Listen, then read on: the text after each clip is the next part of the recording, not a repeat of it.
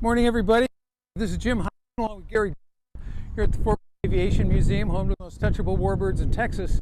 We've had a lot of activity out the last couple of so we would just kind of do a ramp check today and go around and take a look at the airplanes and what's been taking place we're planning over the next couple of 3 weeks. We're going to start out with our Harrier. As we've mentioned before, this was one of the 4 Harriers that the Marine Corps purchased. And it went to 2 squadrons. It went to VMA 513 rather, and VMA 230. And after the Corps used it for a while, it went to the research laboratory at Moffett Field in San Francisco, where it was used for VTOL evaluation wind. After that, it to a museum in Oakland, and then it went down to Miramar, where it's been for the last 13 years or so. You can probably see right now we've got the wing on the airplane. That was a big deal, is getting the wing back on the airplane. So Gary just walked around close-ups on that. We've got what are referred to as the turtle back panels. Those are the rounded panels airplane on. A little bit of corrosion control on some spots on the wing, as you can see. But the airplane is essentially all back together. You might remember that we had on cradles because of the outriggers. We had not on, so we had to get the outriggers could touch the ground, and the airplane could be now at the point of being able to move the airplane around on the ramp. We're probably going to do more corrosion control on the airplane. Up the paint, put it kind of a paint condition, but we're glad to have this plane here. This is a great addition, and one of our featured airplanes for Hops and Pops.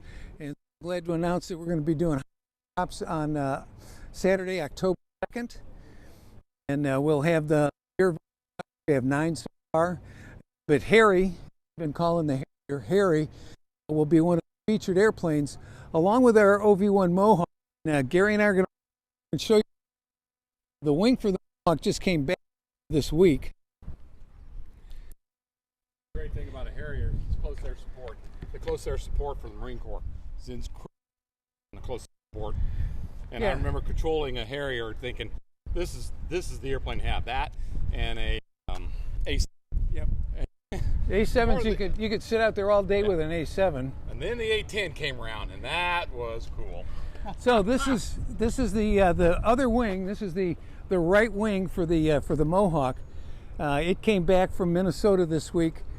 We're going to have a little repair work that we're going to have to do on some of the panels, and we've figured out a way to mount the props on the airplane without engines, because we won't have engines for it. But we're going to put the wing on it in a couple of weeks. And if we go around behind, they brought a pod back. Let's go around this way, Gary. Yeah, go around to your left. Oh, yeah. This pod, and Gary, you can get a better picture of it from this side, I think. Yeah, right over here on this side. If you can get it over here. Look underneath this red panel. This is a photo flash panel.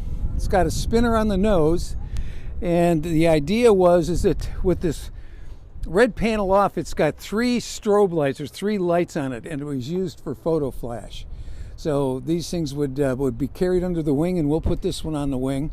And the propeller on the front is to run a little generator, so that it's got its own power source to be able to use these things to light things up for night photography.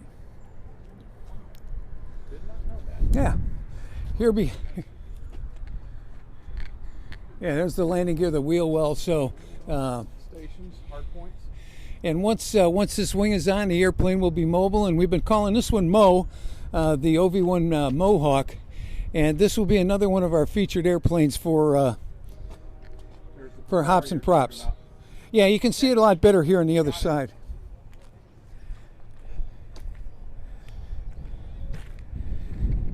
You'll see these things that are similar to this on a lot of airplanes. We've shown them on the A4 before.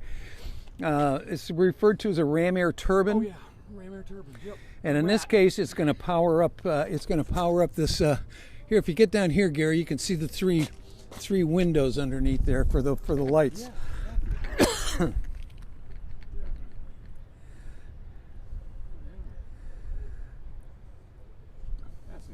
Yeah, it's an interesting pod. I'd never seen those before. A couple of other things that you might notice that the ramp is a lot cleaner than it has been in the past. That's because we're trying to make it ramp ready for a number of things. You'll see a couple of containers here. We're going to be putting an arch over the top, a lot like our glowworm, and so this is going to be for our ground support equipment storage and some of that type of thing. The RFA trailer has been cleaned up, and it's going to be moved to a new location up close to the building so people can get into it through the air park. So that'll be open virtually every weekend. So now we're going to go down and talk to Kevin Renshaw briefly and let him know about, or let him give us a brief on the YF-16, because they've done a lot of work on that here in the last few weeks. And our Falcon has wheels. Look at that. She's on her gear. Oh my God, it's so cool looking. So Kevin, if you would hold on to that and just speak into the mic. Okay.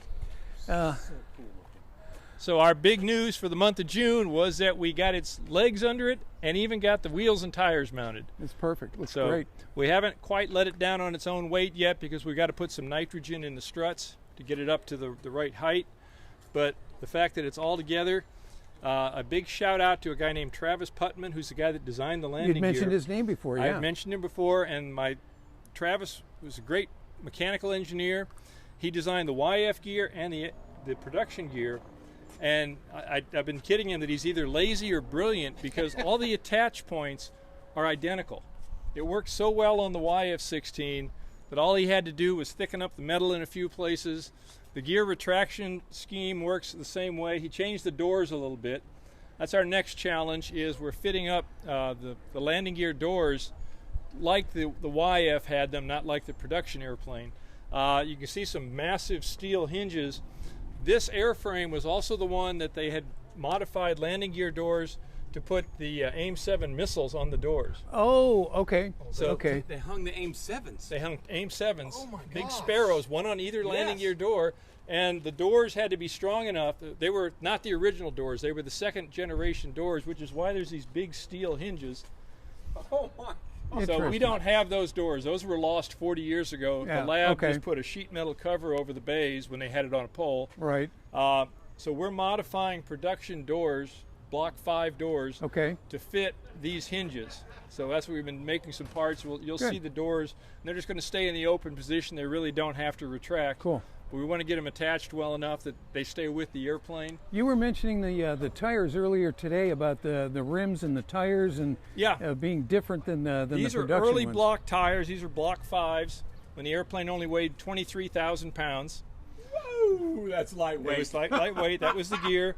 Over time, as the airplane grew more capability and got more air-to-ground loads, it went from 23,000 to 27,000 to 32,000, 38,000, and eventually the late model, the ones that are currently in production, a Block 70, can go up to 50,000. Wow. Now, the tires and That's wheels what the got Eagle bigger. was The when I brakes. flew the Eagle. Yeah. Oh my God. That to get to 50,000 pounds, you'll see they'll have the conformal tanks on the top. They'll Okay. have 600-gallon tanks on the bottom, a couple of 2,000 pounders, a couple of slammers. It's loaded for bear. That's an Israeli load. Okay. And on those airplanes, the gear doors are actually bulged Okay. because the tires got 4 inches bigger. Bigger. So they made the gear doors bulge out. Well, you were mentioning that 301st was giving us a hand with this over. Yeah, at they the, mounted those tires for us because they have the but system. they had a problem with Well, it. they put this on their tire machine, and they're used to working on Block 30 and Block 40 airplanes, which Okay. are the 40,000-pound landing gear. And you see there's 10 bolts holding these wheels together. These wheels split in half. That's how you mount the tires. And they called me up and said, these only have 10 bolts. Ours have 14. I said, yeah, go with it. Go. We want the ones that look like the originals. These are the original small shoes. I love it, small shoes. So we're getting support from the base, from the active duty squadrons too. They're helping out where they can. That's great. This is still an That's Air great. Force owned airplane, so it's That's all true. legal and above boards. They Right. just have to do their paperwork using this tail number. And it looks funny when they put 72015568. I'll bet it does. 72 number. What do you guys? 72. Yeah. Probably doesn't even fit in the computer right in the field right. Right. So this is, it's still an It Air was all Force. before they were born. It was. So we got the nose gear on there. We've still got it up. We've left the nose wheel steering disconnected, so when we tow the airplane around, it's easier to steer a little bit. We can just pin it up there when we want to use Well, it. let's talk to the folks about something here a little bit. I know we've been talking about it here. I got mine. Okay, you got your That we need nitrogen for the. We need a for couple the of high gear. pressure we need a high pressure nitrogen cart. I think most people think there's air in the struts. No. Like you put like an air compressor air. Yeah. Yeah, So well, why nitrogen?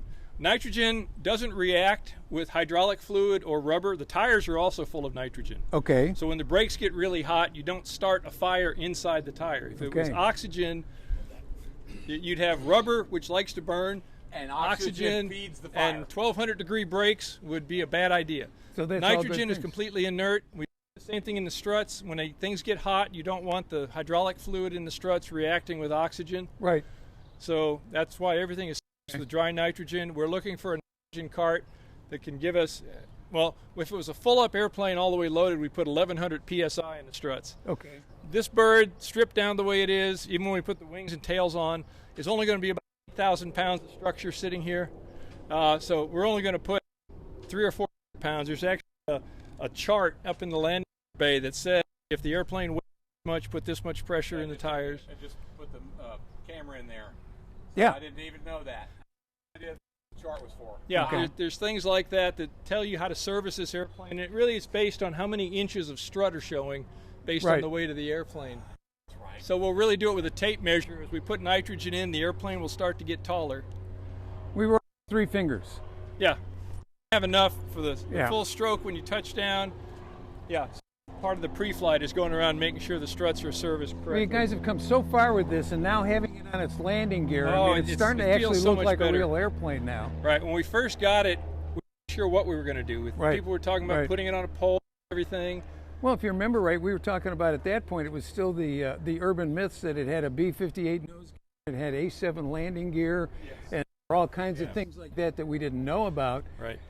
So it's been very fortuitous that a normal production landing gear fit in Yep. this. And Now, the prototype did have B-58 wheels and tires. maybe that's where a lot of the myths Yeah, came that's where from. the myth started, but only the wheels and tires. B-58. B-58. Supersonic B-58. Yeah. Well, they had 8 of those wheels on each side of the mains. YF-16, they found some in the shop, and they were just a little smaller than this. Really didn't have enough brakes on it. Okay. Yeah.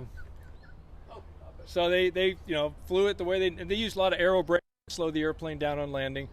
And the production wheels, this is more like the production wheels here. This is a Block 5. Yeah. I remember seeing a lot of that when they first came out. A lot of aero braking when they'd come in. And Yeah. land. we were Yeah, taught just hold to the air nose up. brake Yeah. because Saves they the didn't have chutes. Yeah. Yeah, They they never said air shoot, brake. and it saves the wheels and tires, and you can get it slowed down. You really don't want to touch the brakes till you're below 100 knots. Right. That's what they told us. Yep, we did not. Right. We were not allowed to touch brakes till you got below 100. Yep. Wow. So that's the reason why. Yeah. Now I know. Yeah. 40 years later. Yep, because you could smoke the brakes. Yeah. And if you overheat the brakes, there are blowout plugs in the Yes. tires. Yes. Yes. So yeah, we had these wheels serviced up to 350 psi, which Yep. is high for this particular model. The YFs only weighed 18,000 pounds. Okay. Wow. So it was a true lightweight fighter. True at that lightweight point, fighter. so. Okay. Well, we're going to move on Okay. to something else here, Kevin. So we appreciate. Come back the- and Oh, we will appreciate the. Thank you, Kevin. maybe next time we update- talk, we're going to be hanging wings on it, make it look like a full-up airplane. That'll be great. That'll be great. Thanks, Kevin. Enjoy. Thank you, Okay. Kevin. So let's. We're right here next to Mo, so we're going to talk about Mo just a little bit. Right wing is off the airplane. The seats are out of the airplane because we had to take them out. Turns out the seats were hot, so you can see where the connection points are.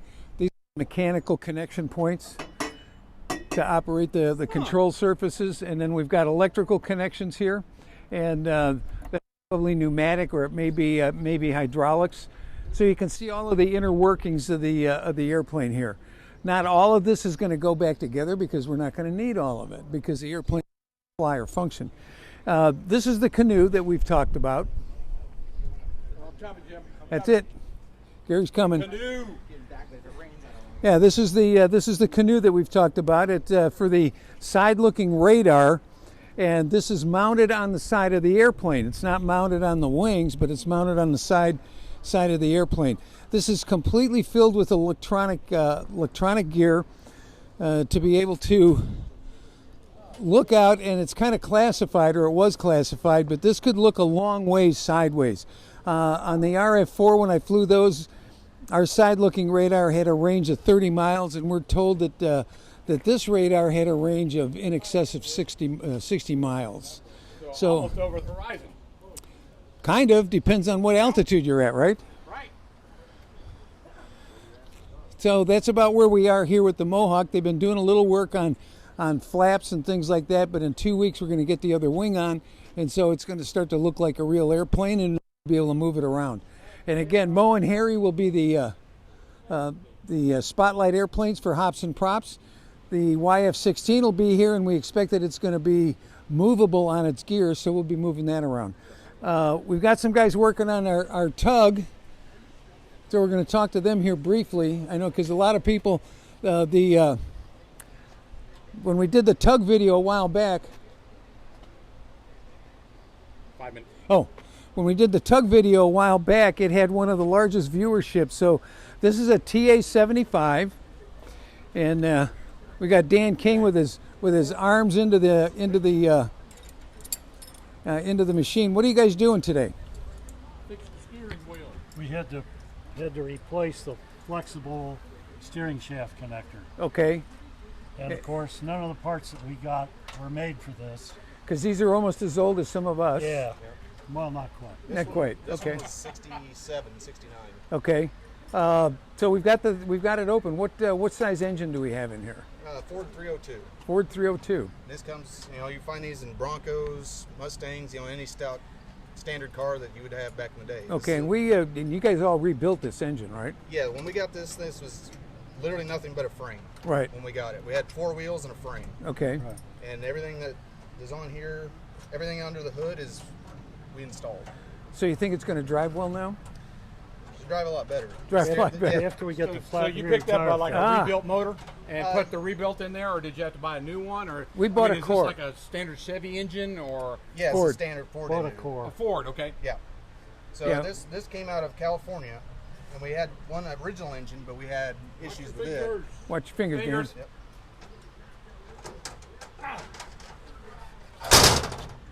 We had issues with it, so this is actually the second engine that we put in it. So right now you got a tire change to do. Yeah. So what's involved in a tire change on this thing?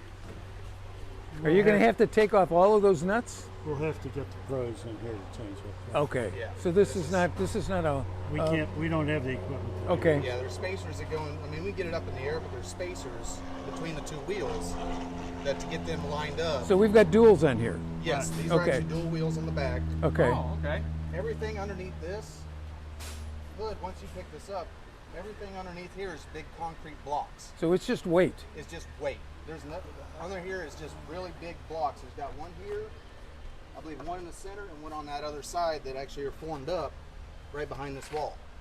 And they Okay. got points on where you can lift them out, but everything right behind this is nothing but solid concrete blocks. For weight. Do you happen to know offhand how big a load this can pull?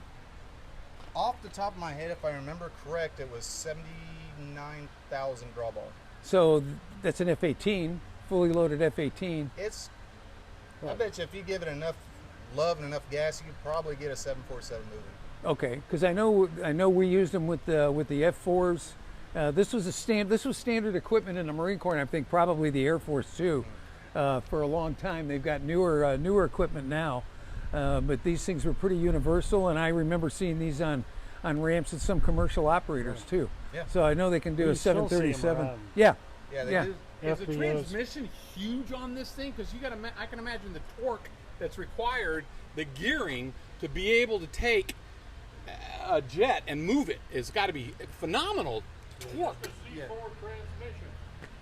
Yeah, C4, a Ford C4 transmission. Okay. Yeah. And I Okay. believe the universal, what really makes this thing able to pull at low speed or just pull from heavy weights from a stop is actually the gearbox in the back.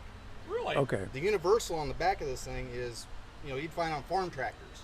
It's like big rigs. They're Okay. Really? So it's not so much It's huge. the torque into the Well, transmission. Yeah. It's more of what you're bringing back here to the back end of the machine to be able to haul something off. Yeah, it's the gearing in the back end of it. Did not that's know that. Really, I mean, the universal on it's probably that big around. You find them in big rigs. They're It's a heck of a U-joint. Yeah, yeah. See, that's where all of our torque comes out of. And the transmission is also geared a little bit down than kind of standard because it's designed for heavier weights. But the real torque of it comes out of that universal in the back and the gearing. How did you learn all this? From the expert that we used to have a captain here, Joe Wayne, that he worked on these in the Marine Corps, and He taught you he everything taught us. that you know. Yeah, he taught us Well, everything we know. in fact, take a look on the hood here. Really? So this is not like, okay, I was in the Marine Corps and I had nothing else to do. Come on around here, Gary. Otherwise, you'll be what the upside heck, down. You know? This is some cool dude that just said, hey, let me show you how to do this. He used to work on these in the Marine Corps. Well, Wow. Joe was our maintenance material control officer. And That's awesome. And he was here with us for several years. In fact, he still helps us out a lot from Minnesota. But we named it after Joe, and he's helped train a lot of people here and helped with a lot of different things. Oh, no! Okay, well, I think it's. Okay, with that, we're going to leave. Watch your head, Tim. Okay, help that man. That was awesome. Here's one of the props that we've got built up for the Mohawk. There are two of these, obviously, and we're looking for a way to be able to mount them on the airplane, and it's probably going to be with a pipe and a heavy plate inside to be able to give it some weight.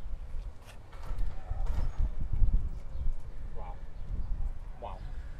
I think as we move around the dumpster here, the ramp has gotten a lot more clear than it was just a few weeks ago. The whole idea is we had so much new stuff that came in, we needed to get the ramp clear so that we can maneuver out here and be ready for some of our events like Hops and Props. So a lot of things going on here, especially the last couple of weeks. And so if any of you are interested in getting your hands dirty on some of this stuff, Please.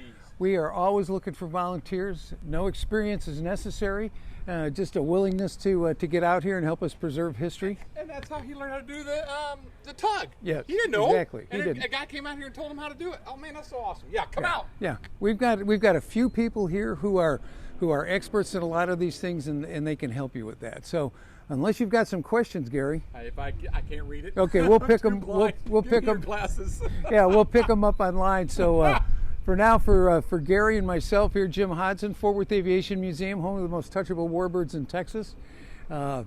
Thanks for stopping in today, and we'll see you next week. See ya. Can't even find the button to push. I'm so blind, man. I got it. You can't even see it either. Can't see. A little.